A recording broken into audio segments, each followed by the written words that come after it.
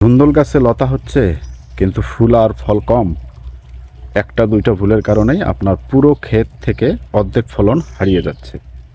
আজ জানবেন এমন কিছু সিক্রেট যা মানলে ধুন্দুলে হবে বাম্পার ফলন। কাজেই ভিডিওটি শুরু থেকে শেষ পর্যন্ত দেখুন, হয়তো অনেক অজানা তথ্য আপনার জ্ঞান ভাণ্ডারকে আরও সমৃদ্ধি লাভ করতে পারে। আসসালামু আলাইকুম। JNA অ্যাগ্রোর পক্ষ থেকে আপনাদের সকলকে জানাচ্ছি আন্তরিক অভিনন্দন এবং শুভেচ্ছা। আজকের ভিডিওতে আমরা জানব ধুন্দুল চাষে কিভাবে কম খরচে বেশি ফলন পাওয়া যায় এবং লাভ বাড়ানো যায়। কাজেই ভিডিওটি আশা করি না টেনে পুরোটা দেখবেন। প্রথমেই হচ্ছে সঠিক জাত নির্বাচন।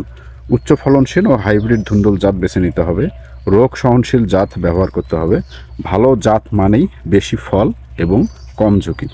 জমি প্রস্তুতি, দোআঁশ ও পানি নিষ্কাশন ভালো এমন মাটি ব্যবহার করতে হবে। প্রতি শতকে গোবর 20 থেকে 30 কেজি দিতে হবে। জমি 3 থেকে 4 বার চাষ দিয়ে ঝুরঝুরো করে নিতে হবে। শক্ত জমি মানে শক্ত লতা। বপন ও মাচা পদ্ধতি, বীজ 1.5 ফুট থেকে 2 ফুট দূরত্বে লাগাতে হবে। শক্ত মাচা তৈরি করে দিতে হবে। লতা ওটার সাথে সাথে বেঁধে দিতে হবে। মাচা ঠিক না হলে ফলন কমে যায়। সেচ ব্যবস্থাপনা, নিয়মিত হালকা সেচ দিতে হবে। পানি জমতে দেওয়া যাবে না। ফুল আসার সময় আর্দ্রতা বজায় রাখতে হবে। সঠিক পানি সমান সমান বেশি ফুল এবং বেশি ফলের নিশ্চয়তা প্রদান করে। ফুল ও ফল বাড়ানোর গোপন টিপস, পটাশ সার নিয়মিত দিতে হবে। বোরন স্প্রে করে দিতে হবে। অতিরিক্ত ইউরিয়া সার কমাতে হবে। এতে ফুল ঝরা কমে যায় এবং ফলন বেশি ধরে। পোকা এবং রোগ দমন, নিম তেল স্প্রে করে দিতে হবে। স্টিকি ট্যাপ ব্যবহার করতে হবে। প্রয়োজন হলে অনুমোদিত যে কীটনাশকগুলো আছে সেগুলো আপনাকে স্প্রে করে দিতে হবে।